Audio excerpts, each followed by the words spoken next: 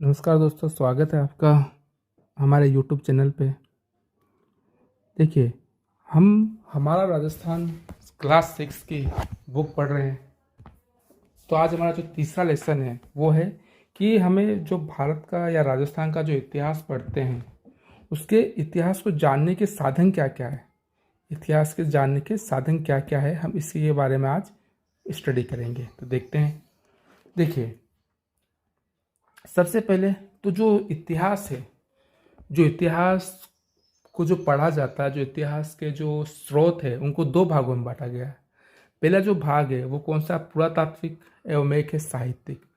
पुरातात्विक का मतलब है, अब हमें पुरातात्विक स्रोत का मतलब क्या है देखते हैं। पुरातात्विक का मतलब क्या है? पुरातात्विक, तो देखिए, यहाँ पे पुरातात्विक का मतलब है कि वे अवशेष जो, जैसे कि देखो, अभिलेख है, मुद्रा है, स्मारक है, कलाकृतियाँ है, एवं जो उत्खनन से जो भी प्राप्त सामग्रियाँ होती है, यानी कि जो भी भौतिक चीज़ें प्राप्त होती है, वो सब क्या कहलाती है? वो सब कहलाती है पुरातात्विक स्रोत कहलाती है। पुरातात्विक स्रोत कहलाती है, राइट। अब देखो, इन पुरातात्विक स्रोत में हम सभी का अध्ययन करते हैं। तो सबसे पहले जो है वो अभिलेख। अभिलेख क्या होता है? देखिए, अभिलेख में क्या क्या शामिल है। शिलालेख, जैसे कि पत्थर की जो बड़ी बड़ी पत्थर के टुकड़ों पे जो लिखा जाता है उसको क्या बोलते हैं? शिलालेख। अगर पत्थर की चट्टानों टाइप होती है तब उसको कहते हैं पाषाण शिला। स्तंभों पे भी लिखा जा सकता है, भवनों पे लिखा जा सकता है, गुफाओं की दीवारों पे लिखा जा सकता है, मूर्तियाँ और जो प्रतिमा है वो भी अभिलेख है। स्तूप जो है वो भी है, मठ जो है वो भी है, तालाब है, खेतों में खड़ी शिलाएं हैं, ताम्रपत्र, ये सभी के सभी क्या कहलाता है? अभिलेख कहलाते हैं, क्योंकि इन पे, इनसे हमें कुछ ना कुछ जानकारी मिलती है। तो ये सब अभिलेख कहलाते हैं। अब देखो, अभिलेखों में क्या क्या मिलता है? अब हमें अभिलेखों की उपयोगिता क्या है? देखो, अभिलेख में शासक कौन था, उस पर कौन कौन डिपेंडेंट थे, उनकी रानियां कौन थी, राजकुमार कितने थे, उनके सामंत कौन कौन थे, उसमें कौन सी घटना घटी, उनकी तिथि क्या थी, इन सभी का। और जो राजा जो आज्ञा देता था वो भी पत्थरों पे लिखवा कर उसको जमीन में गड़वा देता था ताकि सारी की सारी जनसंख्या, जो उसकी जनता है, वो पढ़ सके। तो इससे उसने क्या आज्ञाएं दी उसका भी पता चलता है। तो ये सब पता चलता है। तो ये हमारे लिए इम्पोर्टेंट नहीं, इम्पोर्टेंट ये है कि जो कौन कौन से अभिलेख है वो हमारे लिए महत्वपूर्ण है। और देखिए, अगर कोई अभिलेख प्रशंसा में लिखा जाता है तब उसको कहते हैं प्रशस्ति। हम कहते हैं ना कि ये प्रशस्ति में लिखा हुआ है, ये प्रशस्ति। तो प्रशस्ति होता क्या है कि अगर किसी अभिलेख में किसी राजा या किसी के भी बारे में प्रशंसा की गई है तो उसको हम क्या कहते हैं? प्रशस्ति कहते हैं। अब देखो, प्रमुख अभिलेख कौन कौन से, हमारे लिए सबसे इंपॉर्टेंट ये है कि अभिलेख प्रमुख कौन कौन से हैं। तो देखिए, नगरी का अभिलेख है, कस्बा अभिलेख है, घटियाला का अभिलेख है, किराड़ू का अभिलेख है, नानसा और बरनाला का अभिलेख है। इसके अलावा यूप का इस लेख है, सामोली का शिलालेख है। ये सब काफ़ी इम्पोर्टेंट है, इनके बारे में बहुत सी जानकारियाँ मिलती है। उसके अतिरिक्त कौन से है? देखिए, जैसे कि क्या क्या जानकारी मिली, तो इसमें कुछ बता रखा है कि जो घटियाला का अभिलेख है उसमें प्रतिहारों के बारे में जानकारी मिलती है।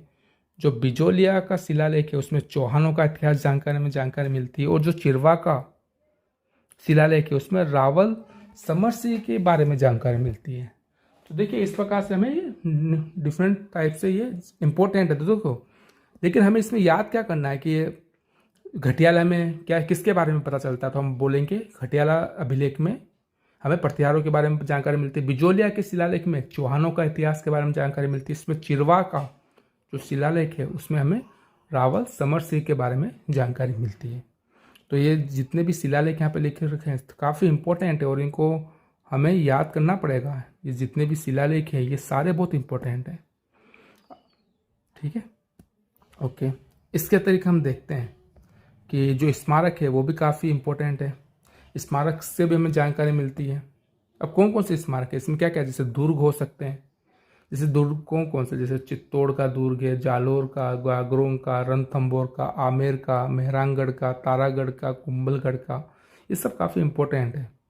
इसके अलावा जो भवन होते हैं, राजप्रासाद होते हैं, महल यानी कि सार्वजनिक भवन होते हैं, स्नानागार होते हैं, ये सब जो है साधारण लोगों के घर होते हैं, विहार है, मठ है, इन सब से भी स्तूप है, चैत्य है, मंदिर है, समाधि है, बावड़ी है, कूप है, ये सभी भी स्मारक है। इनके पे क्या तो कुछ ना कुछ लिखा हुआ होता है जिससे हमें जानकारी मिलती है, तो ये भी काफ़ी इम्पोर्टेंट है। इसके अलावा मुद्राएं, देखिए मुद्राएं से क्या पता चलता है कि मुद्राएं की उस समय के जो आर्थिक परिदृश्य के बारे में मालूम चलता है। जैसे कि कहीं ने अगर सोने की मुद्राएं हैं, इसका मतलब वो काफ़ी डेवलप राज्य रहा होगा, काफ़ी आर्थिक रूप से संपन्न रहा होगा। इस प्रकार से हमें मुद्राओं से ये भी पता चलता है। इसके अलावा देखो मुद्राओं पे लिपि भी लिखी होती है, मतलब लिपि यानी कि वहाँ पे तिथि लिखी हुई रहती है, सन लिखा हुआ रहता है, राजाओं के नाम लिखे होते हैं। तो मुद्राओं से हमें एक तरीके से तिथि का निर्धारण करने में भी, कि इतिहास में जो तिथि का क्रम देने में भी काफ़ी महत्वपूर्ण है। ठीक है। और देखा जाए तो सिक्के राज्य एवं शासक की शक्ति का सूचक भी है। जैसे कि हमें कहाँ कहाँ से मिले, आहड़ से, रेड से, बेराट से, रंग महल से, सांभर से, सुखाड़िया से, यहाँ से हमें सिक्के मिले हैं, जिनसे हमें क्षत्रपो, मालव, चौहान, गोहिल आदि के बारे में जानकारी प्राप्त होती है। अब बर्तन एवं कलाकृतियाँ, देखो बर्तन से पता चलता है कि उस समय के जो लोगों का जीवन था वो किस प्रकार का था। देखिए जैसे कहाँ कहाँ से मिला, जैसे गणेश्वर से हमें क्या मिला, जो गणेश्वर नीम का थाना जो सीकर में है, वहाँ पर ताम्र संस्कृति के बारे में पता चलता है। जोधपुरा जो जयपुर में है और जो नोह भरतपुर में है, वहाँ से हमें काले व लाल मृदभांड मिले। आहड़ एवं गिलून से हमें प्रशस्त्र और फलक आदि मिले। तो इस प्रकार से देखा जा सकता है कि वहाँ के लोगों का जीवन कैसा था, इनसे ये पता चलता है। अब देखिए ताम्रपत्र, अगर ताम्रपत्र अगर ताम्र के कुछ चीज़ों पे लिखा हुआ रहता तब उसको ताम्रपत्र कहते हैं, तो ये भी इंपॉर्टेंट है। हालांकि इस पर कुछ लिखा हुआ नहीं था इसलिए मैंने किसी पर टिक नहीं लगाया। इसके अलावा देखो साहित्यिक स्रोत में भी क्या क्या इंपॉर्टेंट है हमारे पास में। जैसे देखो जयानक के द्वारा लिखी पृथ्वीराज रासो से हमें किसके बारे में जानकारी मिलती है, चौहानों के बारे में जानकारी मिलती है। और जो नयन चंद्र सूरी है उनके द्वारा जो हमीर महाकाव्य है उसमें भी चौहानों के बारे में जानकारी प्राप्त होती है। और इसके अलावा अलाउद्दीन खिलजी के बारे में भी प्राप्त होती है जानकारी। इसके अतिरिक्त देखिए और कौन कौन सी है, अचलदास खिंची के द्वारा वचनिका लिखी गई है। पद्मनाभ के द्वारा कान्हड़देव लिखी हुई है। बीकानेर के दलपत सिंह के द्वारा दलपत विनाश लिखा गया। और एवं खिड़िया जग्गा के द्वारा वचनिका, तो ये काफ़ी लिखी हुई है। तो इनसे भी हमें इतिहास के बारे में जानकारी प्राप्त होती है। एवं देखिए जैसे हमें राजाओं के वंशक्रम के बारे में, उनका राज्य का क्षेत्रफल कितना था उसके बारे में जानकारी मिलती किन किन से, जैसे नैण सिंह की ख्यात से, बांकीदास की ख्यात से, दयाल दास की ख्यात से, जोधपुर राज्य की ख्यात से, इन सब से भी हमें काफ़ी कुछ जानने को मिलता है। इसके अलावा जो कर्नल जेम्स टोड के द्वारा लिखी गई annals and antiquities of Rajasthan से भी, और उन्हीं की एक और बुक है पश्चिमी भारत की मेरी यात्रा, उनसे भी हमें काफ़ी नॉलेज मिलता है।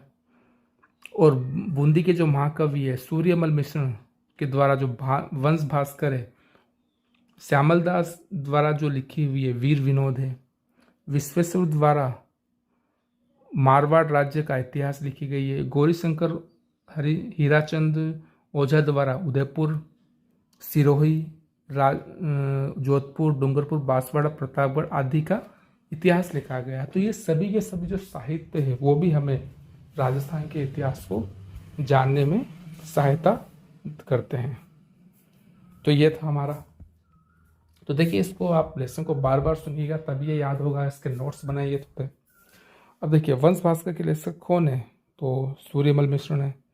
इसके अलावा देखिए प्रशंसा में लिखे गए लेख को हम क्या कहते हैं, प्रशस्ति। और किस लेख के द्वारा हमें समर सिंह युग के बारे में जानकारी मिलती, तो चिरवा का लेख, चिरवा का शिलालेख, इसके द्वारा। तो मुझे उम्मीद है कि आपको ये जो हमारा राजस्थान सीरीज पसंद आ रही होगी।